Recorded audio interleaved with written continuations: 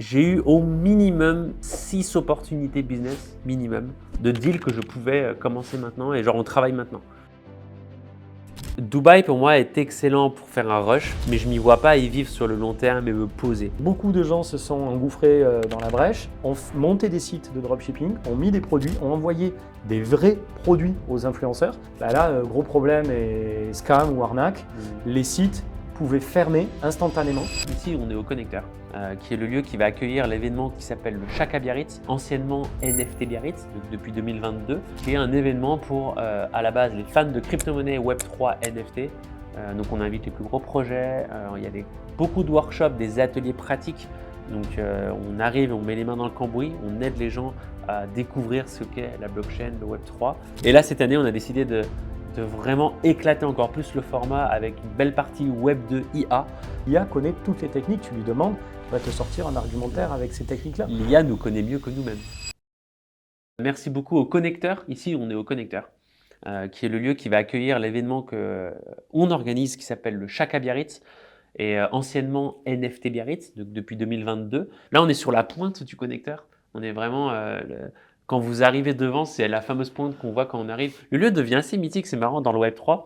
Les gens se souviennent beaucoup de la forme de ce bâtiment. Donc encore une merci aux connecteurs, c'est aussi pour ça qu'on est là aujourd'hui. Merci, c'est grâce à eux. Et avec Christophe qui nous aide beaucoup cette année sur cette édition-là. Bonjour Christophe, pourquoi Christophe est là il va nous dire pourquoi, parce qu'en fait Christophe, finalement, il a eu une expérience à Dubaï. Et déjà, raconte-nous un peu dans quel contexte tu y es allé, parce que vous allez voir que le contexte est assez différent du mien. Et je pense que les points de vue étaient intéressants d'avoir les deux. Donc vas-y, je te laisse. Bien sûr, c'est cool, merci Franck. Le contexte est très simple, on est en 2021 quand on arrive à Dubaï, et je dis on parce qu'on y arrive en famille. Donc j'y suis parti avec ma femme et mes 2 enfants, et l'idée c'était pour nous, on est entre Covid, pour vous rappeler, entre périodes de confinement successifs, Ouais. et on a l'envie d'avoir une petite expérience à nouveau à l'étranger, puisqu'on est des globetrotters entrepreneurs depuis pas mal de temps. J'ai vécu aux États-Unis, j'ai vécu à l'île Maurice, et donc Dubaï était sur une liste à un moment donné pour y aller. Et il s'est avéré que c'était aussi l'un des seuls pays qui, entre les confinements, permettait et d'accueillir et de bouger et d'y aller. Et dans le cadre d'une activité professionnelle dans le digital, marketing digital et l'e-commerce, c'était l'endroit parfait et tout trouvé. Ouais, c'est vrai que je me souviens, là-bas, il y avait moins de restrictions. Alors, je crois qu'il fallait quand même mettre des masques, Oui, bien sûr. mais Ouais. les gens pouvaient sortir. Enfin, il n'y avait Ah, pas... il y avait une liberté de mouvement en fait qui était beaucoup plus importante qu'en Europe et que dans Mhm. tous les pays d'ailleurs du monde entier. Il y avait énormément d'étrangers qui étaient présents à Dubaï parce que c'était la destination. Je me rappelle d'un copain qui nous dit effectivement, moi j'ai envie d'aller au Japon, je peux pas y aller, donc je vais venir à Dubaï dans quelques semaines. Putain, c'est fou. Voilà. Mais du coup, ils étaient touchés là-bas avec le Covid? Ouais, il y a quand même eu pas mal de cas. Il y a eu, bon après, les infrastructures sanitaires, hospitalières sont vraiment top niveau. Ok. Donc tu te retrouves dans un cadre qui est quand même très confortable. Mhm. Et puis ils sont très très respectueux des règles. Enfin, tu l'as Ouais, vu et ouais. je pense que voilà, c'est. Ouais, ça m'a bien surpris ça. Mais on a fait nos Euh, vaccins là-bas. Moi typiquement, j'ai fait mon vaccin là-bas. ok, Non, ça a été vraiment, c'est particulier d'ailleurs. C'était. ok. Donc là, vraiment vie familiale, Ouais, tout à fait. Dubaï, avec les enfants. Ouais, ouais. Gros changement parce que tu vivais où avant? Alors, je vis depuis maintenant ça va bientôt faire 10 ans qu'on vit dans le Pays Basque, Ouais. à côté de Biarritz. Et le changement, oui, mais on l'a déjà vécu. Moi, j'ai un grand qui a 8 ans et demi, une petite fille qui a 5 ans et demi aujourd'hui, donc on revient 2 ans, tu vois, de 3-4 ans en arrière, là déjà, presque, ouais, ça va faire 3 ans. Ça fait 3 ans, là, on est en mars 2024.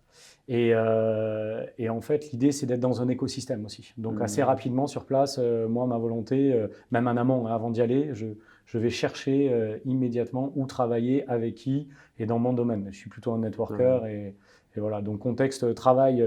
Alors, les enfants ont école le matin, si tu veux, jusqu'à 14h, mais on travaille à fond le matin, l'après-midi, activité sportive, et on profite quand même beaucoup, parce qu'il y a peu de gens comparativement à ce que tu as dû connaître toi. Par l'embouteillage, tout le monde m'avait averti.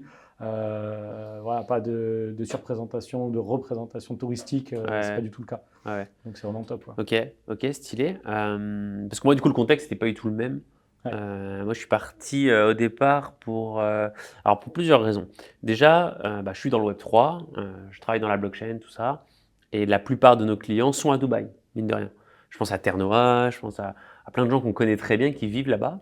Donc déjà, je voulais les rencontrer, les revoir là-bas. Et aussi parce qu'on m'avait dit beaucoup de choses et son contraire sur Dubaï. Et moi, j'ai un peu le réflexe de dès que j'entends des trucs très clivant, mais que ce soit d'un côté ou d'un autre, il faut que je vérifie, il faut que j'y aille parce que là, c'est trop le bordel. Et c'était tellement clivant comme endroit dans les médias, partout, même les gens. Ouais, mais là-bas, il y a de l'esclavage. Ouais, mais là-bas, c'est fou, il y a une liberté totale. Ouais, mais machin. Et je suis, wow, wow, wow, attendez doucement. Et du coup, je dis, vas-y, j'y vais, 2 semaines. Comme ça, je vais rencontrer aussi des gens du Web3 et je ferai mon propre avis. Et donc, moi, j'ai pas de famille. Enfin, j'ai pas de famille. J'ai une famille, mais j'ai pas de copine, j'ai pas d'enfants, j'ai rien de tout ça, j'ai pas d'attache. C'est pour ça que ça m'a permis aussi de partir assez facilement. Et du coup, j'avais une vision beaucoup plus, voilà, moi j'avais un œil un peu d'indépendant, entrepreneur, slash, voilà, hacker un peu, qui vient découvrir la vie là-bas et à la recherche de nouveaux horizons, quoi, tu vois. Donc, pas dans un mindset de je m'y installe avec quelque chose de posé. Donc, assez différent et je pense que c'est intéressant. En dynamique job, opportunité, tu as trouvé ça comment? Ça, c'est quelqu'un qui m'a posé cette question sur Instagram. Bah moi, enfin, en vrai, personnellement, en 2 semaines, je suis allé à tellement d'événements pro, alors vraiment Web3 pour le coup, c'est vrai, crypto, et j'ai eu au minimum 6 opportunités business, minimum, de deals que je pouvais commencer maintenant, et genre on travaille maintenant, alors que ça faisait que 2 semaines. Et après, je me suis demandé pourquoi il y avait autant de gens qui cherchaient à faire des deals et du partenariat et du travail, en fait. Et en fait, il y a un gars, il m'a dit un jour là-bas, mais tu sais, il y a 90% d'expatriés à Dubaï. Personne ne se connaît du Et coup. du monde entier. Hein. Et du monde C'est entier, important. je crois qu'il y a 200 nationalités Ouais, c'est un truc de représentées. fou. Dans l'école de mon Euh, fils, il y en avait 42 nationalités, par exemple. Tu vois, juste une petite école. Putain, incroyable. Ouais. Et bah, du coup, fatalement, qu'est-ce qui se passe quand tu as plein d'expatriés au même endroit? Bah, tu n'as pas de réseau, tu viens d'arriver, les gens sont souvent soit de passage, soit ça fait pas longtemps qu'ils sont là, etc. Mais du coup, ils se parlent, les gens, ils sont obligés de se parler.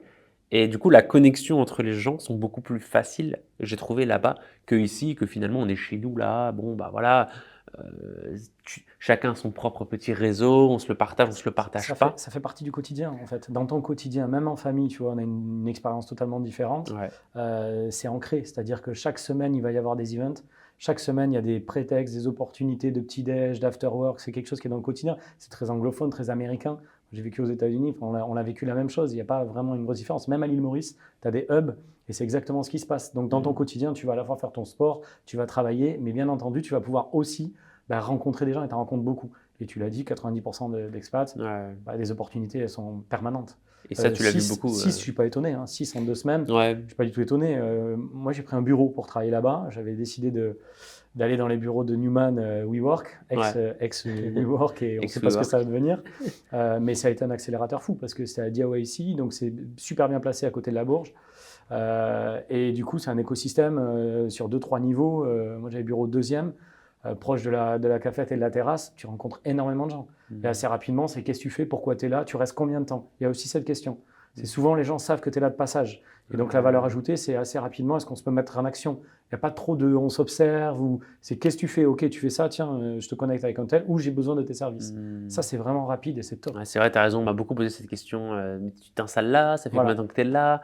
C'est vrai, c'est vrai. Et en vrai, ça fait sens parce que quand tu fais un deal, tu veux savoir si ça va durer dans le temps, tu veux savoir si on peut capitaliser dessus. Nous, on est parti avec un petit peu la même logique. Est-ce qu'on s'installera ou pas à Dubaï? Et on s'était donné 6 mois jusqu'à l'été 2021 pour se dire, vas-y, on teste à fond, on y vit. Et si jamais à l'été ça nous convient, peut-être qu'on revient en France, on cède nos affaires, nos maisons, etc. Et puis on repart vivre là-bas. Et finalement, ça a été une autre aventure, hasard de la vie et plein de choses voulues par toute la famille. Donc maintenant que tu en parles, vas-y, commençons un peu. Parce que moi, j'ai une vision très indépendant, entrepreneur là-bas. Toi, en tant que père de famille, on s'installe, etc. Quelle était ta vision? Qu'est-ce que vous avez décidé? Et pourquoi d'ailleurs finalement on est ici à Biarritz en train de parler et pas là-bas? Ouais, bien entendu. Ce qui est hyper important à Dubaï, sincèrement, c'est la vie de famille. C'est hallucinant. C'est-à-dire qu'on dit toujours c'est dans le futur par rapport à la technologie, par rapport à tout ce qu'ils ont fait, toute la construction de la ville en si peu de temps. Mais aujourd'hui, ils ont une compréhension et une prise en considération des enfants qui est folle.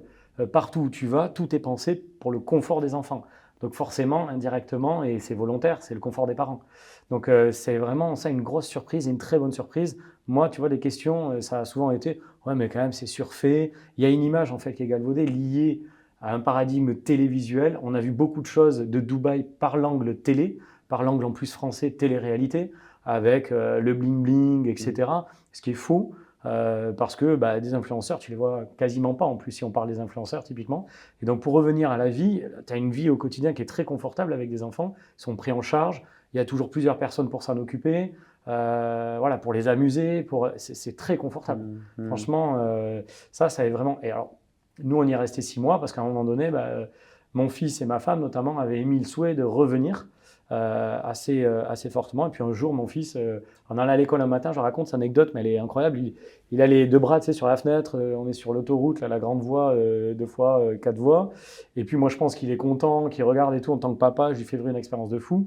Et il me dit quand est-ce qu'on revient faire du vélo à la plage de Louabia, qui est à Villars. Donc tu vois, tu as des petits trucs comme ça qui te marquent en tant que parent aussi, où il faut entendre. Il ne faut pas toujours Bien sûr. regarder que pour toi. Et ça a été un vrai sujet, ça. Ça a été une vraie question assez rapidement. Et du coup, qui s'est posé assez naturellement de dire, bon, est-ce qu'on va vraiment tout vivre ici? Et après, il y a une question de coût de la vie aussi, qui nous a ramené Ok. à la réalité. Vivre à 4 en famille à Dubaï, c'est très onéreux. C'est- Les loyers, Ouais. l'alimentation, si tu veux très bien manger, voilà, il y a plein de choses. Bien se loger aussi. Ouais. Le C'est un logement, coût. c'était cher, j'ai remarqué. C'était les prix parisiens. Ouais, moi j'ai une chance. Entre deux Covid, entre deux confinements, on Ouais. a eu une chance. C'était pas, on était 40% moins cher que ce que ça n'est aujourd'hui. Ok. Ça a pris 30 à 40% actuellement. Oh, c'est chaud. Voilà, en 2 ans, tu vois. C'est dans n'importe quel quartier d'ailleurs. J'ai Ouais, j'ai remarqué ouais. vraiment tous les Tous les quartiers. quartiers sont touchés. C'est, L'immobilier est très dynamique à Dubaï en ce moment, ouais. avec des modes de financement, des plans de financement très Mhm. accessibles à tout le monde. Mhm. Donc, parce qu'à Dubaï, il y a une particularité, les gens ne le savent peut-être pas, mais pour se loger, il faut payer un mois le loyer, un an de Un an. loyer d'avance. Donc, quand tu prends un logement, tu garantis tes loyers à ton propriétaire ou à ton agence, ce qui est très confortable. Mhm. Et il y a un mode de financement des biens immobiliers qui est très facile du coup. Ouais. Voilà. Ok. Ok, donc vie familiale, finalement, ce qui vous a rattrapé, c'est la nature, le manque de la nature, c'est ça, Ouais, des enfants, bien entendu. La pollution.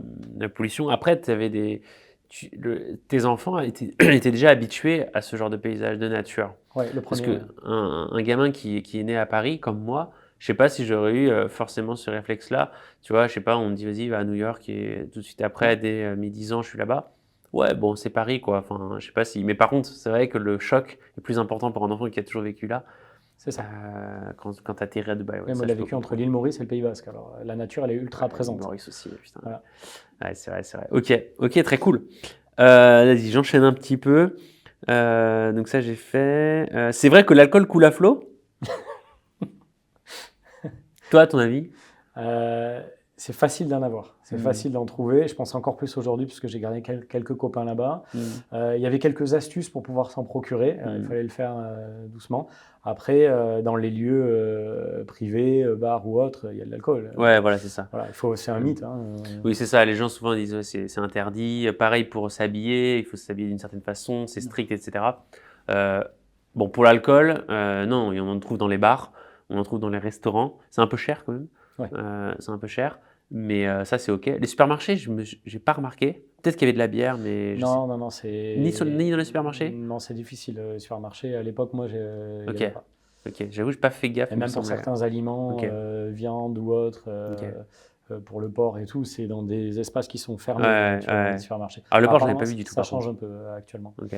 Oui, ça c'est sûr. Et ils ont un format, une espèce de truc brunch Ouais. que tu payes, genre $50, un truc comme ça, et tu as alcool à volonté pendant le Ouais, brunch et ouais, tout. Ça, ils font beaucoup en groupe, quoi. c'est ça. Ouais, ça, voilà, c'est des astuces. Voilà. Ou sur les bateaux. Ça se fait Ou sur beaucoup. les bateaux. Ouais, Ça se fait beaucoup sur les bateaux dans la baie de Marina. Tu as été à Marina, je crois. Ouais, moi j'ai vécu sur la marina. Voilà, donc tous les Bah, bateaux que tu as encore là. vus sortir vers La Palme et tout, là, C'est des c'est le événements. cas. Oui, parce que du coup, donc, la religion, il y a une grosse tolérance. En même temps, ils sont obligés quand tu as 90% d'expatriés. Ouais, tu as un melting pot, ouais. Tu es Énorme. obligé d'être tolérant comme ça.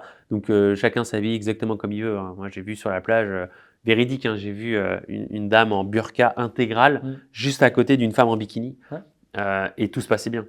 Et moi, j'ai jamais vu ça. Enfin, je sais pas si dans beaucoup d'endroits dans le monde ça existe. En fait, tu vois, je me dis waouh, je fais ok, c'est chaud. Alors, soit c'est un microcosmos là-dedans. En tout cas, je trouvais ça beau parce que souvent, tu sais, on aime bien dire la France, c'est le pays de la liberté, on est très tolérant et tout. Waouh, regardez un peu ce qui se passe ailleurs aussi. Il y a une très mauvaise image des Émirats Arabes Unis, de l'Arabie Saoudite, avec voilà, une perception un peu de privation de liberté. Alors c'est un vrai sujet, hein. Il y a quand même effectivement du pour et du contre. Ça aussi, si ça a construit aussi vite, c'est parce qu'il y a une main-d'œuvre assez importante. Mais les conditions de vie de cette main-d'œuvre, là, c'est compliqué. Je pense que ce n'est pas le sujet, mais c'est embêtant. Bah justement, Voilà. j'ai une question sur ça. Est-ce qu'on voit le contraste riche-pauvre où il se cache bien les pauvres/travailleurs? Où il cache bien les pauvres travailleurs? Alors, on y a été confronté, nous, à l'installation. Parce que quand on a aménagé, on a décidé de meubler l'appartement dans lequel on vivait. Donc, assez rapidement, on est allé dans des grands magasins, suédois notamment, pour Ouais. faire très simple. Et même s'il y a un second marché très important de l'occasion, parce qu'il y a énormément d'arrivées et de départs en permanence. Donc, Le Bon Coin fonctionne très très bien. Ce n'est pas Le Bon Coin français, mais Ouais. sur les groupes Facebook, c'est très facile. Tu fais vraiment des belles affaires parce que les gens liquides, ils doivent partir. Ils sont en fin de visa Ah ou oui, autre. j'avoue. Par contre, quand tu te rends dans ces grands complexes commerciaux, il faut emprunter une route qui n'est pas la route principale. La route principale, d'accord, entre la Bourg, la Marina, que tu as vu, le Dubai Mall of Emirates aussi, avec la piste de ski. Ouais. Mais il y a une deuxième route, et cette deuxième route, là, pour nous, ça a été un choc. Ok. Pourquoi? Parce qu'elle est truffée de bus remplis d'ouvriers. Et quand tu arrives à 20 minutes, 25 minutes, 30 minutes de route, là, tu vois des endroits qui ne ressemblent plus du tout à Dubaï. Ce sont des complexes de vie qui ressemblent franchement à des lieux, le terme est un peu violent, mais ça fait un peu camp de travail dans l'image de l'histoire qu'on a, nous, dans ce qu'on a appris à l'école. Et donc, du coup, tu as des endroits, ouais, c'est un peu étrange, et tu sais que les ouvriers vivent là. Et les ouvriers viennent de tous les pays. Et il semblerait que leur liberté, elle soit quand même pas top. Ok. Donc tu le vois, ce contraste Ok. quand tu vis Putain, ça. je l'ai pas encore vu, justement, je vais essayer de le voir quand même. Il y avait une vidéo de Marie Saint-Filtre. Je l'ai vu cette vidéo, mais je voulais voir en vrai, tu vois, me voilà, et rendre compte. il faut la regarder sur YouTube parce que Mm. ouais, c'est le Ouais. contraste. Après, les efforts sont faits pour effectivement voilà, que ça soit limité, mais bon, je ne suis pas spécialiste et ça a été choquant parce Ouais. que tu sors de Ouais. l'ultra-confort Ouais. à ce Mais contraste-là. tu vois, c'est terrible. Je vois ce que tu veux dire. Moi, je l'ai pas vu malheureusement. J'essaierai de plus le voir pour m'en rendre compte. Mais tu vois, je me dis, c'est dommage de s'arrêter à ça. Je sais que c'est terrible, il faut vraiment l'éviter. Mais en fait, j'ai envie de dire, à Paris aussi, hein, il y a des choses vraiment Ah bah oui. affreuses qu'on voit pas du tout. Et que nous, en plus, en tant que Parisiens, alors là, je parle vraiment Paris parce que je viens de là-bas, mais en tant que Français, on va dire Parisien, on le regarde beaucoup moins parce que c'est chez nous et on ne veut pas trop le voir. Par contre, on le regarde beaucoup chez les autres. Exactement. Et du coup, c'est dommage parce que, en fait, finalement, ce truc-là, on le voit un petit peu partout. Évidemment, de certaines mesures, il y en a, c'est un peu plus que d'autres, mais ça, c'est difficile de le savoir. Alors, du coup, on devrait juger sous c'est le pire, machin, compliqué. Donc, en fait, c'est terrible. Il y a pas mal de choses comme ça qui sont terribles dans plusieurs pays, Ouais. dont chez nous, peut-être même nous les premiers. Et du coup, bah, le fait d'appuyer ça chez les autres, il y a un petit côté, je trouve ça, ok, c'est cool de le dénoncer, comme à Paris, c'est aussi bien de le dénoncer, voire autant, voire plus, parce qu'on est chez nous quand même.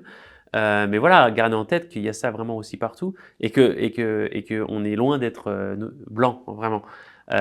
Donc voilà, en fait, je dis ça parce que le fait que je dise à quelqu'un qui ne connaît pas Dubaï, oui, il y a ça, qu'est-ce que ça va provoquer? La seule chose que je vais provoquer en disant ça, c'est tu es en train d'enfoncer des portes ouvertes, ça va renforcer des stéréotypes, la personne va encore plus s'engouffrer, à moins que ce soit une personne en effet qui a énormément de recul et qui se dit oui, mais en fait, en vrai, à Paris aussi, on est comme ça, on est machin. Mais il n'y en a pas beaucoup qui sont comme ça, généralement ceux qui ne sont pas allés à Dubaï et qui parlent beaucoup de Dubaï. Donc c'est pour ça que je me dis, c'est cool, il faut le savoir et tout, mais ces choses-là, il faut le dire aussi à des gens un peu intelligents, tu vois, ou des gens qui ont un peu de recul. Parce que, tu as raison. Bah, après, il y a une chose, c'est le matériel. C'est-à-dire que les voitures, il y a un principe sur les voitures notamment, c'est qu'elles sont moins chères qu'en Europe. Donc il y a énormément de voitures de luxe. Je crois que c'est 80-90% des voitures sont des voitures de luxe. Parce qu'il n'y a pas de taxes, c'est ça? Il n'y a pas de taxes, les voitures sont. Et puis tu as des voitures qui sont fabriquées justement pour ce continent-là. Ah ouais, je savais pas. Okay. Pour toute la partie en fait, des Émirats et autres. Et je vais prendre une marque, on citait 2-3, mais Porsche ou Lamborghini ou Ferrari, historiquement, ou Rolls, c'est 30 à 40% moins cher qu'en Europe. Donc ça veut dire que tu vois, donc le fossé, il est beaucoup plus important parce que, tu n'as que des voitures de luxe. 2, tu as des complexes avec des buildings qui sont dignes de New York et qui n'ont rien envié à New York, Singapour ou aux grandes villes. Clair. Donc ils ont été très très forts là-dessus, très en avance. La domotique notamment et l'immobilier là-bas est très très en avance dans le futur. Tu as des cafés, tu es servi par des robots. Donc en fait, tu as ça. Et quand toi tu prends ta voiture et que tu fais 20 bornes, bah effectivement, tu as ce contraste qui te saute un peu plus, pardonnez-moi de la familiarité, mais un peu plus à la gueule en fait, tout simplement. Après, par contre, il faut avoir le recul et se dire que ça ne se fait pas. Si ça s'est fait en 50 ans, c'est qu'il y a eu effectivement voilà, Puis à Paris, c'est même pas à 20 bornes, c'est même pas à 5 bornes sous les ponts dans le sud du périph'. Vrai, donc en fait, c'est encore plus proche. Ouais. Donc, mais donc, oui, voilà, je oui, ça se voit, oui. Ça se voit quand même. Mais ok. Next, parce que hein, franchement, ça défile. Hein. Est-ce que c'est un pays où tu te verrais vivre sur du long terme? C'est pour toi, c'est la question. Ouais, entre autres. Bah, en fait, moi, quand je suis reparti de Dubaï, je me suis dit, OK, en fait, cette ville, elle est incroyable pour faire un focus business pendant un certain temps, surtout quand tu n'as pas d'attache, etc. Parce que, en fait, ton environnement, il est tellement en mouvement tout le temps que tu es un peu obligé d'exécuter. C'est-à-dire, si tu fais rien, moi, j'ai une culpabilité qui se crée, quoi, parce que tout le monde fait des choses à Dubaï. Sans arrêt, ça grouille. Et ça, c'est génial pour l'énergie productive dans le business. C'est fou. Contrairement à certains, mais même ici, tu vois, c'est plutôt calme en termes de business. Et c'est aussi pour ça que je suis venu là, c'est pour fuir Paris, parce que Paris allait trop vite, et aussi parce que Paris se dégradait pas mal sur plein de plans. La qualité de vie? Qualité de vie, même les gens, je me reconnaissais moins, c'était compliqué. Là, les gens étaient gentils et tout. Mais c'est vrai qu'il manque un peu cette énergie entrepreneuriat ici, qu'on recrée, n'empêche. On essaye de recréer avec le Chaka Biarritz au mois d'août, qu'on organise ici même d'ailleurs. Bah, ici, c'est le connecteur, quoi. Et ici, c'est le connecteur. Le nom porte bien. Exactement, son nom. exactement. Ce que je voulais dire par là, c'est que ouais, donc Dubaï pour moi est excellent pour faire un rush, mais je m'y vois pas y vivre sur le long terme et me poser. J'ai vraiment du mal je crois que j'ai pas assez vu de gens vivre en famille là-bas de mes propres yeux pour voir à quoi ça pourrait ressembler, mais j'ai du mal à l'imaginer en fait. Ça va tellement vite et tout. En fait, c'est pas comme ça que je verrai ma propre vie posée familiale. Ok. Mais par contre, je sais que je vais la vivre un jour, cette vie posée familiale. Et comme je sais que je ne vais pas la vivre là-bas, je me dis, putain, c'est le moment là que j'y aille pour que je vive ce plutôt rush de 3-4 ans, j'en sais rien, où je vais là-bas et je défonce tout et j'encaisse et je crée un empire. Et après, je pourrais me poser quelque part autre. Tu vois. Après, tu as deux choses dans la vie là-bas. Hein. La première chose, c'est la vie posée, par exemple, en famille. Quand tu vis en expatriation, Ouais, il y a un confort de vie que tu ne peux pas ou que tu as du mal à retrouver quand tu es en France ou en Europe. Pourquoi? Parce qu'en expatriation, tu vas très certainement avoir, c'est ce qui nous est arrivé, besoin d'aide. Donc l'après-midi, quand on avait besoin de travailler, il y avait une nanny pour les enfants. Nous, elle était sri-lankaise, par exemple. Elle ne parlait qu'anglais. C'était pareil à l'île Maurice. Tu peux avoir une, deux, trois nannies ou ce qu'on a moins en France aujourd'hui, du personnel de maison qui t'aident dans les tâches ménagères au quotidien, qui aident, voilà, on est dans des vies modernes et qui nous aident autant en tant qu'hommes que femmes, tu vois, sur des choses toutes bêtes, mais qui dans une vie de famille prend de la place. Le linge, le ouais, ménage, les courses, préparer les repas. Typiquement, il n'y a pas de cantine, tu vois, d'école des petits. Donc, il faut faire ce qu'on appelle des ok, bentos, les préparer. ok. Ben, tu ne te rends pas compte, mais quand tu dois faire les repas de toute la semaine, tous les jours, Ah, on n'est pas dans une culture française, on n'a pas ça, on n'a pas ce problème-là. Donc ça, aujourd'hui, la vie d'expat, elle est très confortable. Après, la vie d'expat, tu vis aussi en communauté, tu te retrouves par des moments, tu facilites les mises en relation, tu facilites les opportunités professionnelles. Et une deuxième chose, si tu n'as pas de vie de famille au départ, c'est un gain de productivité. Je vois un ordinateur Apple. Moi, la première fois que je suis passé d'HP à Apple, le premier argument du vendeur a été c'est le gain de temps, le gain de productivité en passant sur Apple. Tu ouvres ton ordi, ça s'allume de suite, tu travailles direct. Tu refermes l'ordi, tu recommences, enfin, tout le monde le connaît, les iPhones, etc. C'est ce qui se passe à Dubaï. À Dubaï, tu peux travailler rapidement, facilement, faire un gain de temps. Souvent, les gens disent je viens 1 an, 2 ans, 3 ans pour gagner 10 ans de ma vie.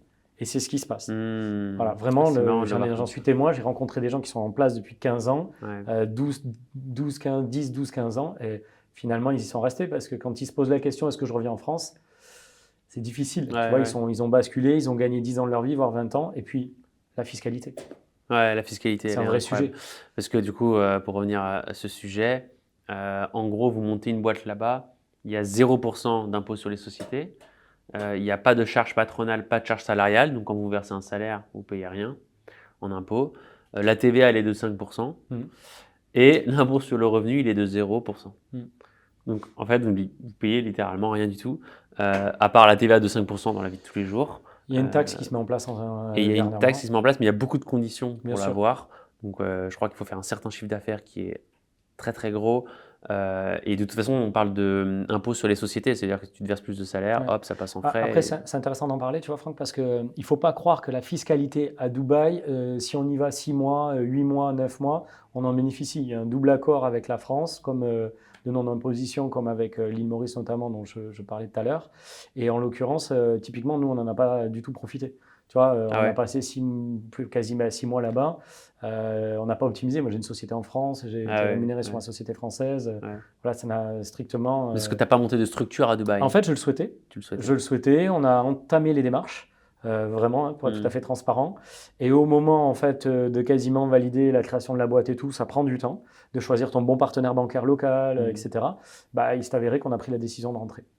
Donc, aucun avantage financier en ce qui Hmm. me concerne, mais Ok. tu l'as très bien dit, il y a énormément Hmm. d'avantages. Mais il ne faut pas imaginer, j'y vais 3 ans, 6 mois, 1 an, et je fais un one-shot au niveau au niveau fiscalité. Ça ne marche Ouais. pas comme Ça ça. marche pas comme ça. Ouais. Et puis, je pense que quand tu entreprends dans cette dynamique-là, tu n'as pas de vision long terme. Donc, Oui, puis en plus, je pense que le gouvernement là-bas fait tout pour que tu restes longtemps. ouais, bien sûr. Donc, à chaque fois que tu fais une démarche, si c'est pour 6 mois, tu vas pas réussir à réussir, Non, quoi. non. Ouais, par contre, je crois que c'est le coût à l'entrée qui est élevé. Monter une boîte, c'est cher, je crois, hein. C'est entre Bah, 5 000 et 10 000 euros. écoute, moi, il y a 2 ans, ça dépend de tes interlocuteurs. Ouais, il me semblait que c'était ça. Après, c'est l'accompagnement et tout. Franchement, Je sais pas. on était plus entre 10 et 20 000. Ah ouais! Ouais, il y a 2 ans. Ouais. Ouais, moi, c'est les interlocuteurs que tu as aussi, voilà, les avocats, les conseils comptables, Ok, etc. ok, ok. Là, aujourd'hui, je sais que c'est beaucoup plus accessible. Ça a beaucoup Ouais, baissé. Il y a une ouais. concurrence forte des entreprises qu'on appelle de relocation, qui vont te permettre effectivement de t'installer, de créer ta boîte assez rapidement dans des zones. Mais il faut être prudent, il faut prendre le temps, il faut bien échanger avec tout le monde. Ok, Voilà. ok. Bon, question qui fâche. Influenceur, influ-voleur, mythe ou réalité? On t'a posé la question. Allez, vas-y, c'est toi là, t'as l'air d'avoir Euh, t'as l'air d'être calé sur ce sujet. Moi, Alors, moi pour le coup, je n'ai pas beaucoup d'avis parce que j'en connais pas beaucoup là-bas. ouais. J'en ai pas beaucoup vu de mes propres yeux. Alors, j'ai vu des filles sur Insta, enfin, faire des photos Insta sur la plage, mais ça, il y en a un peu partout, même à Paris. Enfin, bref. Donc, du coup, j'ai pas ressenti ça. Du coup, Ok. j'ai hâte de voir ça. Juste petite mise en contexte, en 2018-2019, j'ai une web agency, je suis consultant en transfo digital et performance commerciale des entreprises, et j'ai parmi mes clients des clients dans l'e-commerce. On est à une période où moi, tu me parles d'influence, je te dis en gros bullshit quoi. C'est-à-dire que j'y crois pas du tout. Parce que tout simplement, je ne sais pas ce que c'est. Et c'est un peu ce qui m'est arrivé pour la blockchain, pour la crypto-monnaie. Je vais faire un petit coucou à Michael Canu de Ternoa. Il comprendra pourquoi sur les pré-sales de Ternoa, où en fait, quand il m'en parle, je comprends tellement rien que je lui dis non mais laisse-moi tranquille, je rentre pas dans ta pré-sale. Enfin, c'est un peu comme, en gros, c'est un peu comme ça que ça se passe. Je pense à Valentin, toutes ses équipes et tout. Et pour revenir sur la partie influence, quand il se passe quelque chose, c'est qu'en 2020, on a un choc familial qui fait qu'on est amené à revoir nos services et on a plus de clients dans ce qu'on appelle le dropshipping, le fameux dropshipping, qui est tout à fait légal. Hein, il ne faut pas considérer le dropshipping comme quelque chose d'illégal. Et le dropshipping fonctionne beaucoup avec un afflux de visiteurs sur un site internet e-commerce en peu de temps. Soit par la publicité méta, Facebook, Instagram, WhatsApp, tout ce que tu veux, TikTok, soit par l'influence marketing. Et donc à ce moment-là, c'est vrai qu'on a en France des agences qui tiennent le haut de l'influence, que sont Shona Event, WeEvent notamment, dont on a beaucoup entendu parler ces derniers temps. Donc influx voleur, non, moi je peux partager mon expérience. On a fait appel pour différentes marques, à titre personnel et pour des marques de clients, à l'influence marketing. Ça a très bien fonctionné parce que la mise en contexte, on est en 2020, Covid, on est tous confinés et en l'occurrence, tout le monde est sur téléphone et ceux qui battent le pavé des réseaux sociaux à ce moment-là, qui filment leur quotidien, sont les influenceurs. Et l'air de rien, tout le monde les regarde, même si tout le monde dit ne pas les regarder. C'est comme le porno en fait, hein. Les influenceurs, il faut quand même être très clair là-dessus. Le porno reste l'industrie qui est la plus consommée sur Internet et pour autant, tout le monde dit je ne regarde pas de porno, quoi. En gros, c'est ça. Sauf la nouvelle génération qui l'assume peut-être un petit peu différemment. Ouais. Donc pour revenir à l'influx voleur, ça c'est un mythe qui a été entretenu par certaines arnaques, certaines dérives effectivement de l'e-commerce, du dropshipping. Pourquoi? Parce que monter un site en dropshipping, c'est très compliqué contrairement à ce qu'on imagine, contrairement à tous les formateurs qu'on voit en ligne. Ça demande beaucoup de compétences et à un moment donné, il va falloir faire la publicité pour aller très vite et vendre. Cette publicité, elle est très simple. Vous choisissez des influenceurs, vous leur proposez de proposer votre marque à leur audience. C'est eux qui sélectionnent d'ailleurs les marques.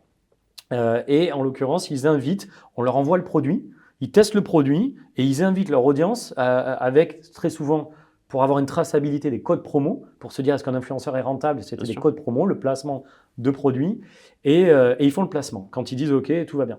Si ce n'est que beaucoup de gens se sont engouffrés dans la brèche, ont monté des sites de dropshipping, ont mis des produits, ont envoyé des vrais produits aux influenceurs qui ont pu les tester, les utiliser, très bien marketés et vraiment fonctionnels. Cependant, quand ils faisaient le placement et que les commandes arrivaient, on parle de milliers de commandes, hein, bah là, gros problème et scam ou arnaque, les sites pouvaient fermer instantanément ou pouvaient disparaître ou ne jamais livrer. Et ça a été un vrai problème.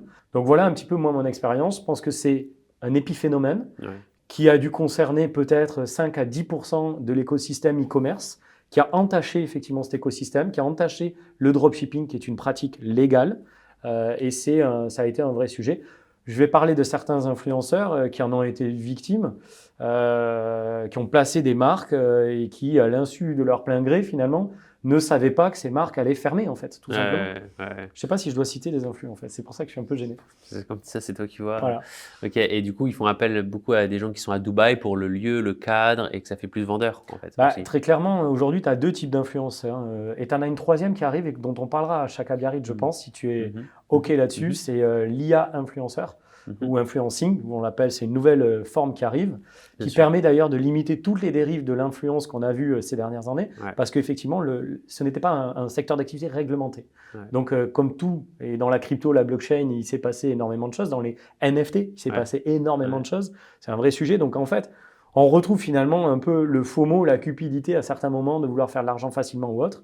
Et pour revenir à ta question, sur l'influence aujourd'hui, faire appel à des influenceurs qui vivent dans des lieux de rêve, forcément, ça facilite les choses. Tu suis plus quelqu'un qui est au soleil et qui a une belle vie, qui va sur des bateaux ou autre, mais ça, c'est historique en fait. C'est des biais cognitifs dans la neuroscience qui font rêver plutôt que... Ça ne m'étonne pas que ça fonctionne. Après, tu as des micro-influenceurs qui sont dans ta vie de tous les jours, qui ne sont pas sur des yachts et qui influencent vraiment les gens.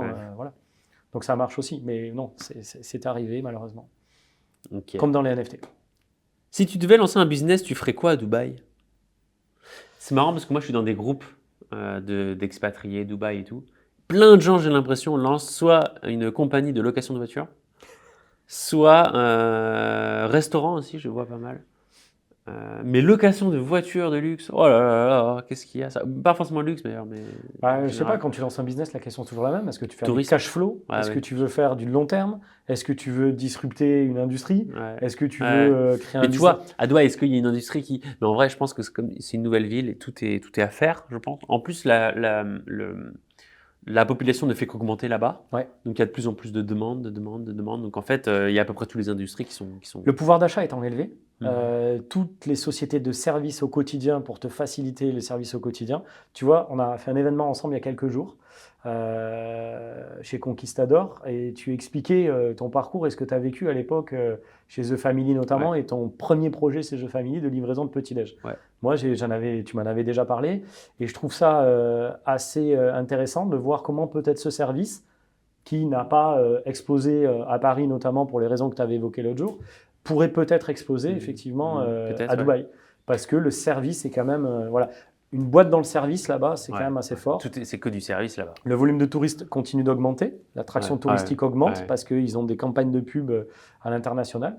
Après, derrière, moi, si je veux monter un business... il y a un business pour les enfants qui me plaît beaucoup, des lieux et des musées pédagogiques pour les enfants avec des nouvelles méthodes d'apprentissage. Autour de l'enfant. Autour de l'enfant, mais c'est un vrai besoin parce qu'il fait très chaud. Donc tu fais beaucoup d'activités en intérieur. Tu as des complexes comme Oli Oli, Kidzania.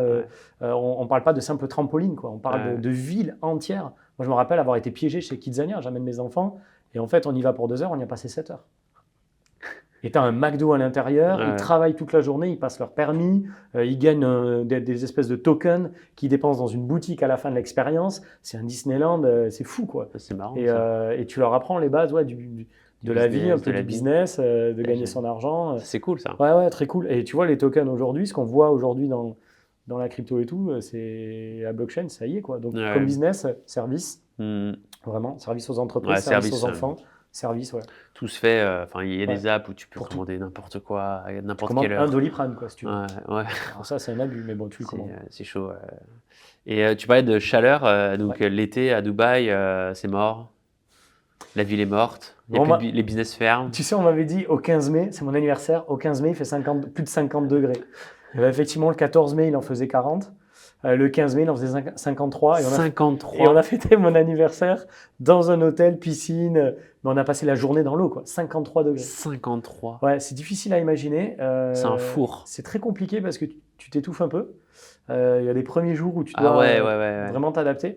Mais ouais, 53 degrés, donc tu fais pas beaucoup d'activités en extérieur. Donc ça, c'est de mi-mai à À mi-septembre. fin septembre, ouais. Fin septembre, ouais. Ouais. Et nous, on Après, a ça été, redescend à 30. ça redescend, mais à Noël, toi, tu as 25-30 degrés Ouais, quand même. t'as Tu vois, 25-30 voilà, à allez, à Noël. 25 degrés. Ouais. Ah, Ça, la c'est chaleur, incroyable. elle est Moi, on incroyable. m'a dit, de toute façon, il n'y a personne dans les rues. Non. Tous les business, ils ferment le rideau. Enfin, il n'y a pas d'activité, donc ça sert à rien. Ouais. Mais ça, c'est un vrai problème pour Dubaï, hein, j'ai l'impression. Se priver de 4 mois de business comme ça, c'est énormément d'argent de perdu. Je me demande si Je pense qu'ils en font tellement sur le reste. Tu crois? Ouais. Ouais, franchement, Ouais. c'est assez fou. Hein. Ouais. Ça, c'est assez chaud. C'est le cas de le Mais dire. c'est comme au Canada à moins 50. Oui, remarque, c'est vrai. Donc en fait, c'est deux extrêmes que je te prends en exemple. Mais tu sais qu'il y a une fois, ouais, parce que tu vois, regarde, le Canada, t'as raison, ils ont l'habitude des moins 50 et la vie, je sais pas d'ailleurs si elle, si elle continue là-bas, la vie à bien sûr, moins 50. ta voiture, tu la démarres le matin au Canada avec une télécommande pour qu'elle se mette à dégivrer, à chauffer avant que tu rentres. Du coup, il doit y avoir des systèmes pareils à Dubaï où Ouais, quand ils font 50. Démarrage de voiture, ouais, c'est ça. Parce que moi, ce qui m'a surpris, donc j'y suis allé au mois de février là, et pour une des premières fois, c'est ce qu'on m'a dit, hein, dans l'année, il a plu fortement pendant 2 jours. Ouais, très fort. Ouais. Mais genre vraiment beaucoup. Il y a eu des inondations. Je me rappelle, je t'ai envoyé un message. Et quand il a plu, bon, ici, on sait ce que c'est que la vraie pluie, tu vois. Je dis, ouais, il pleut quoi, normal, ça m'a pas plus choqué que ça. Et ce jour-là où il a plu, j'étais sur mon tel et j'avais pas beaucoup internet et je comprenais pas pourquoi. Et ça se passait comme ça pour tout le monde. Et j'étais à la salle de sport et il y avait un des gars qui a fait, ouais, non mais c'est normal, c'est parce qu'il pleut beaucoup, donc il y a plus trop internet. Quoi? Ouais, en fait, il y a eu des endommagements, les antennes et tout marchent pas très bien. Je regardais, il pleuvait, mais c'était pas non plus une tornade, tu vois. J'ai fait, ok, bon, étonnant, bon, pourquoi pas. Puis après, donc il y avait ça. Puis après, je me balade un peu dans la rue. Enfin, je me balade pas parce que, enfin, je voyais la rue, j'étais dans une tour et je vois, et tout était inondé. Mais il pleuvait plus trop, mais les voitures, elles roulaient sur l'eau, genre ça faisait des vagues et tout quoi. Je me dis, mais pourquoi c'est comme ça? Je veux dire, il n'y a pas d'évacuation, rien. Mais non, c'est juste qu'ils n'ont pas prévu d'évacuation. Il n'y a pas d'égout, il n'y a pas de trous dans les routes pour que l'eau s'évacue. Donc, ils n'ont tellement pas pensé que dès qu'il y a un peu de pluie, c'est la catastrophe. C'est comme nous à Paris, tu sais, dès qu'il y a ça de neige, les métros ils s'arrêtent, tout s'arrête, c'est l'apocalypse, les écoles ferment. Et au Canada, ils se moquent de nous. Pour bien le comprendre, il faut aller au Dubai Frame. C'est un cadre géant doré. J'ai vu de loin. Il y a un musée en fait qui raconte et qui retrace l'histoire qui est très intéressant sur la construction de Dubaï pendant 50 ans. Et donc tu vois qu'effectivement c'est un désert. Et en l'occurrence, il n'y a pas de logique de construire tout un ensemble de systèmes d'égout, d'évacuation. Même si Dubaï est quand même aussi connu, alors ça je l'ai découvert moi à Nîmes vivant, pour provoquer la pluie. Ouais, ils ont fait des tests. Je ne suis pas technique et je ne serai pas le spécialiste pour l'expliquer. Il paraît que ça n'a pas très bien marché. Alors ça a coûté des milliards. Mais ça fonctionne un peu quand même. Ils arrivent à provoquer la pluie. Ils ont provoqué quelques millimètres de plus par an. C'est très peu. Mais ils essayent. C'est des gros moyens pour essayer. Mais pour revenir, non, il n'y a pas de système d'évacuation comme on le connaît nous ici. Mais pour revenir à ça, c'est vrai que Dubaï, ils ont un mindset très entrepreneur. L'émir de Dubaï, j'ai acheté son bouquin, je vous le recommande. C'est impressionnant parce qu'il voit sa ville comme une entreprise. Et en fait, il n'hésite pas à faire des tests. Même si la techno elle n'est pas encore complètement fiable, etc. On y va, on fait des tests. Il veut faire de Dubaï un vrai laboratoire technologique. Et c'est amusant parce que ça, on l'a retrouvé récemment dans un summit qui s'est passé sur l'IA à Dubaï, où il y avait Sam Altman qui était speaker là-bas. Et sur la scène, comme ça, alors c'était pas l'émir qui était à côté de lui, c'était un autre représentant du gouvernement. Et Sam Altman a dit Dubaï est vraiment, il l'a dit comme ça, Dubaï pourrait vraiment être un très bel endroit pour expérimenter l'IA d'un point de vue social, médical, donc dans la vie de tous les jours des gens. Et en vrai, c'est une ville qui s'y prête bien. Il a balancé ça comme ça. Et le représentant du gouvernement, il a coupé la parole et il a fait non, mais faites comme si c'était fait, on signe, on prend ça. On veut être le premier laboratoire IA au monde en fait. J'ai pu avoir la chance d'être à San Francisco et à San Diego il y a plus de 10 ans. Et c'est vrai que c'est un peu aussi un trait de caractère que j'ai développé dans ma carrière. C'est que j'aime bien être au début des projets et accélérer les projets. Et tu as entièrement raison, je te rejoins sur Dubaï. Tout est possible en très peu de temps. C'est une phrase qu'on dit souvent des États-Unis. Les États-Unis ont 5 ans, 6 ans d'avance sur l'Europe, etc. Je pense que ça a changé et qu'aujourd'hui, notamment, il faut regarder les Émirats arabes unis, l'Arabie saoudite avec un autre prisme, un autre paradigme et qu'aujourd'hui, si on veut vraiment tester des choses rapidement, là-bas, il y a un vrai soutien. Il y a des fonds étatiques souverains aujourd'hui qui sont très importants, qui investissent des millions et des millions de dollars et voire des milliards pour pouvoir effectivement tester des choses un peu comme Elon Musk pourrait le faire, lui, tu vois, sur d'autres choses, ou Jeff Bezos, sur d'autres choses. Donc là, ils l'ont fait pour essayer de provoquer de la pluie, Ouais. et ils le font pour dessaler l'eau. Et en fait, ils essaient des choses. Souvent, ça fail, c'est normal. L'entrepreneuriat, il faut que ça passe par là. Bien sûr. Souvent, c'est des moyens qui ne sont pas du tout écologiques. Ils font merde, bon, bah, on essaye ça, mais du coup, après, il faudra trouver des moyens pour être zéro émission. Mais en fait, c'est toujours dans l'exécution et pas dans oh non, parce que c'est pas écolo, ou alors c'est pas safe, ou alors c'est pas assez machin. C'est pas ce mindset-là. Non, C'est plus un mindset de laboratoire. C'est test and learn en fait. Test and learn, machin, mais à grandeur. Bien sûr. Ce qui est respectable, tout aussi respectable qu'un pays qui restreint vachement et qui attend que la sécurité. Ça me fait beaucoup penser à, c'est marrant, mais la BNP Paribas est une entreprise où dans leur culture, c'est vraiment dans leur culture de boîte, nous on ne sort rien quand c'est pas fiable. Ouais. C'est dans leur culture. Ils assument ça, que nous on n'est pas un laboratoire. Nous on attend que les autres font. On veut qu'ils fassent des choses et nous on s'inspire de ça et on l'implémente une fois, peut-être dans 10 ans, 15 ans, quand c'est bien fiable, on le mettra. Mais d'abord, on le met pas. Le groupe Accor avait cette culture-là pendant très longtemps et c'est Maud Bailly qui a aussi initié les choses dans le groupe Accor aujourd'hui avec des changements très forts. Et aujourd'hui, l'itération qui vient très souvent de l'entrepreneur qui fait évoluer son modèle, quand on est une start-up, tu es obligé d'itérer en permanence. Et ça te fait avancer, ça te fait revoir le modèle, ça te fait gagner des parts de marché. Ouais. Et ce qui te permet d'ailleurs de voir des scaling très forts. Parce que les mecs ont osé, ont itéré. Et ça, aujourd'hui, tu le vois beaucoup dans ces pays-là. Et c'est amusant parce que pour avoir des boîtes comme BNP ou des boîtes comme ça qui préfèrent la sécurité, ils attendent que tout soit fiable pour adopter, eh bien, ces entreprises-là, s'il n'y avait pas à côté des entreprises de laboratoire, ne pourraient pas du coup implémenter des nouvelles technologies. Après, là, c'est en train d'arriver. Hein. L'IA, la crypto, la blockchain, les NFT, notamment pour nous être dans cet écosystème depuis au moins plus de 2 ans maintenant. Là, je discutais cette semaine avec quelqu'un de chez L'Oréal. Ils ont des services innovation. L'année dernière, on avait des gens de chez Hermès qui étaient venus à NFT Biarritz. Donc, tu as des services innovation. Après, c'est est-ce qu'ils font et est-ce qu'ils mettent en place. Et ça, service innovation, je ne sais pas si c'est… Alors, ça dépend comment c'est fait. Mais moi, je préférerais même des entreprises bac à sable, vraiment où il y a 100% une liberté totale sur ce bac à sable-là pour expérimenter. Ça me fait beaucoup penser à la Formule 1. La Formule 1, il y a beaucoup de gens qui critiquent la Formule 1 pour l'aspect écologique, en disant non, on va freiner ces compétitions-là pour des questions écologiques. Mais ce qu'il faut rappeler aussi, c'est que le fait que la Formule 1 est une compétition et tout est dans l'optimisation, dans une compétition, c'est de l'optimisation. La Formule 1, la F1 a permis énormément d'innovation pour l'écologie, pour les voitures de tous les jours, pour qu'elles polluent moins, qu'elles soient plus rapides, plus légères, etc. Et ça, on n'y pense pas assez. Mais c'est comme cette histoire de à quoi ça sert d'aller sur la Lune alors qu'on meurt de faim. Mais si tu n'avais pas été sur la Lune, on n'aurait pas pu guérir le cancer de ton grand-père. Et c'est ce recul-là qui est très compliqué à avoir, je trouve. Et heureusement qu'il y a encore des pays ou des entreprises qui pensent à ce mindset-là, parce que sans eux, je pense que ce serait beaucoup plus compliqué. Il faut aussi penser que plus on restreint, plus on essaie d'être safe, moins on innove, et plus on se meurt en fait. Dubaï a été beaucoup critiqué pour sa piste de ski en indoor en fait, qui est en fait une piste de ski en plein milieu du désert. Mais en fait, c'est à la fois… c'est ce que disaient ces gars-là, on parle de toi en bien ou en mal, tant qu'on parle de toi, c'est important, quoi. Et en gros, cette phrase, une piste de ski en plein désert, c'est la meilleure définition d'un élément marketing, d'un élément de presse. Ça a attiré le regard du monde entier en fait sur Dubaï. Par contre, pourquoi est-ce qu'ils l'ont fait ? Parce qu'à un moment donné, on l'a dit tout à l'heure, il fait très chaud tout le temps, et ils sont dans l'ultra expérience. Dans les stades, il y a la Coca-Cola Arena qui a été construite. La fan expérience dans la Coca-Cola Arena, elle est folle. Elle est peut-être déjà 10 ans d'avance sur le Stade de France, dans l'expérience, l'arrivée, etc.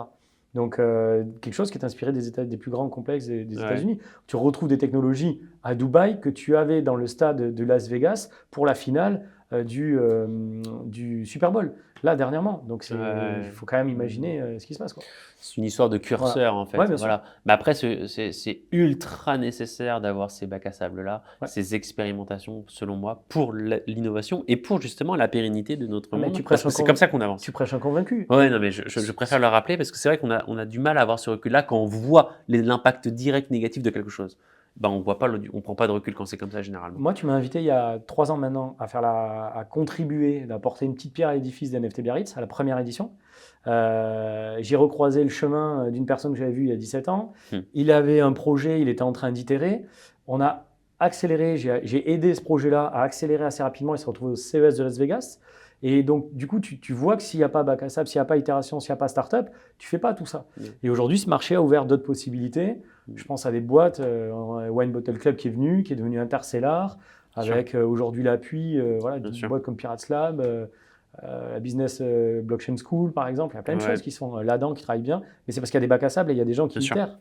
Tu vois, c'est intéressant. Et clairement, il faut l'encourager et donner la liberté à ces gens-là. Oui, bien sûr. Ces gens qui font ces bacs à sable-là. On va finir sur un sujet. Déjà, merci beaucoup au Connecteur. Ici, on est au Connecteur, qui est le lieu qui va accueillir l'événement qu'on organise, qui s'appelle le Chaka Biarritz, et anciennement NFT Biarritz, depuis 2022, première édition, qui est un événement pour, à la base, les fans de crypto-monnaie Web3 NFT. Donc, on invite les plus gros projets. Il y a beaucoup de workshops, des ateliers pratiques. Donc, on arrive, on met les mains dans le cambouis, on aide les gens à découvrir ce qu'est la blockchain, le Web3. Ça depuis 2022. Et 2023, c'était sur 2 jours, c'était incroyable. Beaucoup d'activités, on fait aussi des cours de yoga, des cours de surf. C'est vraiment 2-3 jours à Biarritz où on découvre des choses et on vit des expériences. Et là, cette année, on a décidé de vraiment éclater encore plus le format avec une belle partie Web 2 IA. Parce que l'IA, on l'avait un peu testé l'année dernière pendant l'événement et ça avait super plu. Donc là, on aimerait vraiment dédier des journées IA Web 2. Donc du coup, on a rajouté des jours et maintenant, ça s'appelle la Chaka Biarritz avec le NFT Biarritz qui continue de vivre le lundi et le mardi. Et après, le reste de la semaine, ce sera éclaté dans plein d'endroits différents. Il y aura un démo day, donc il y aura des pitchs de start-up et aussi des événements dédiés aux femmes entrepreneurs. On va avoir aussi des ateliers IA, on va avoir des galeries d'art, on va avoir un hackathon. Énormément de choses sont prévues au Chaka Biarritz. Dernière semaine d'août au Connecteur. C'est dans ce lieu d'ailleurs, là on est sur la pointe du Connecteur. On est vraiment, quand vous arrivez devant, c'est la fameuse pointe qu'on voit quand on arrive. Le lieu devient assez mythique, c'est marrant, dans le Web3. Les gens se souviennent beaucoup de la forme de ce bâtiment. Il l'associe énormément au NFT maintenant. Et ça, on l'a un peu sous-estimé parce que c'est vrai que la forme du bâtiment est assez particulière. Et là, on est vraiment sur la pointe du bâtiment. Donc, encore une merci aux connecteurs, c'est aussi pour ça qu'on est là aujourd'hui. Merci, c'est grâce à eux. Et du coup, on vous donne rendez-vous fin août. Et avec Christophe qui nous aide beaucoup cette année sur cette édition-là.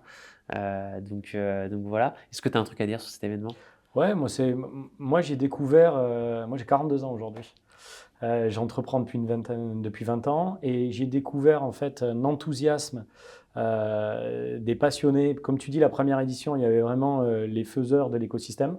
Et ça, vous avez une force avec Damien qui est assez incroyable de pouvoir être des fédérateurs de cet écosystème-là, qui n'est pas si simple, qui n'est pas accessible à tout le monde, pour la simple et bonne raison que le jargon est difficile. Déjà, les mots sont barbares.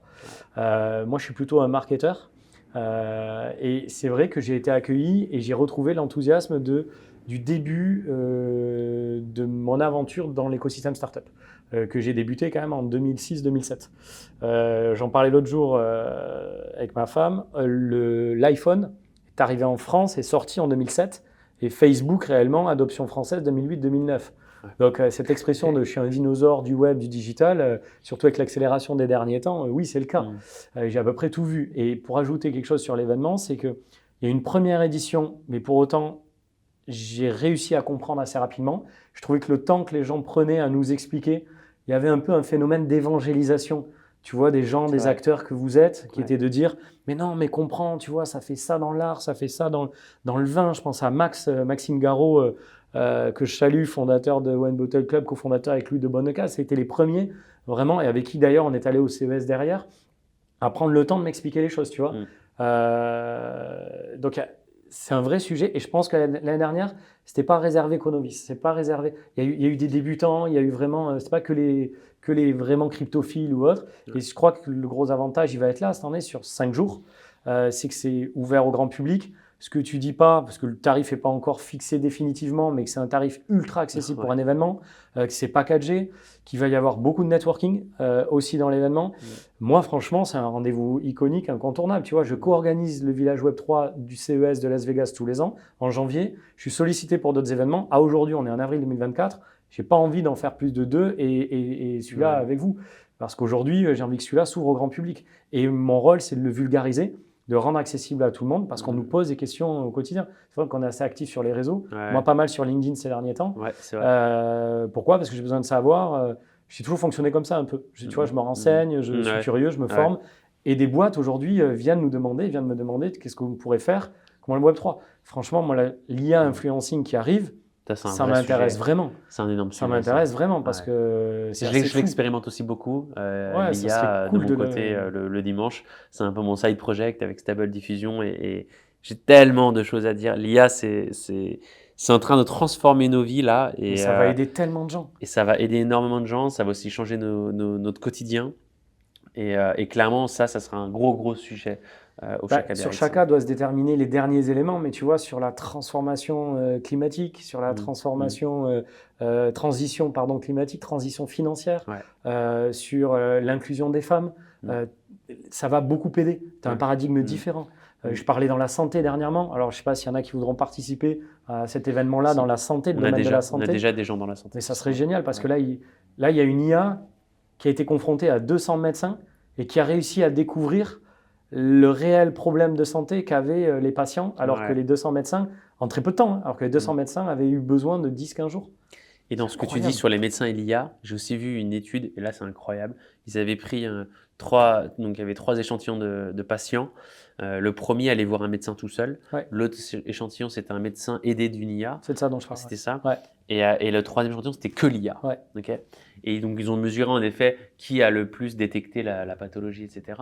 Mais aussi, ils ont aussi mesuré le niveau de satisfaction de ces patients sur l'empathie que lui a offert le médecin ou l'IA.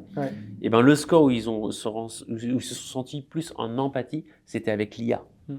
C'est fou. Alors qu'on aurait vraiment pu penser, ok, au moins l'humain, on garde cet aspect social, empathie. Pas du tout. Même l'IA là nous explose parce que l'IA c'est beaucoup mieux comment nous rendre heureux avec les mots, parce que lui le médecin, avant vous, il a vu 15 clients depuis le matin. Il n'aura pas du tout la même empathie que le premier. Il y a une fatigabilité du médecin. Évidemment. Et il y a autre chose, c'est que l'IA connaît les techniques de neurosciences et d'empathie extrême et même de manipulation. Il y a un livre là-dessus qui a influencé manipulation. L'IA connaît toutes les techniques. Tu lui demandes, va te sortir un argumentaire avec ces techniques-là. L'IA nous connaît mieux que nous-mêmes. C'est ça qui est incroyable. C'est ça. Donc à Chaka, l'idée c'est de pouvoir effectivement, Chaka Biarritz, permettre à tout le monde de mieux comprendre ça, de mieux appréhender. Il faut venir nombreux parce que 5 jours, il y aura pour tout le monde, chacun peut faire son programme. C'est très familial d'ailleurs. Il y a beaucoup d'activités. Il y a des gens qui venaient avec leur famille l'année dernière. Mes enfants sont venus. Tes enfants Ils ont testé le casque de réalité virtuelle de surf et tout. Voilà. Donc il y a pas mal d'activités comme ça. Vous pouvez tester. Il y a plein de choses qu'on met à disposition. Donc non, ça va être trop cool. Mais merci d'ailleurs de nous aider sur ça. C'est vraiment trop stylé comme aventure. On va clôturer la vidéo. C'était top. C'était trop bien. Merci. Merci à toi, Christophe. Je ne sais pas du tout si je vais refaire des longues comme ça. Là, je voulais vraiment parler de Dubaï. Peut-être qu'il y en aura une autre sur Dubaï, je ne sais pas. Et de toute façon, moi, j'y retourne au mois d'avril pendant 1 mois.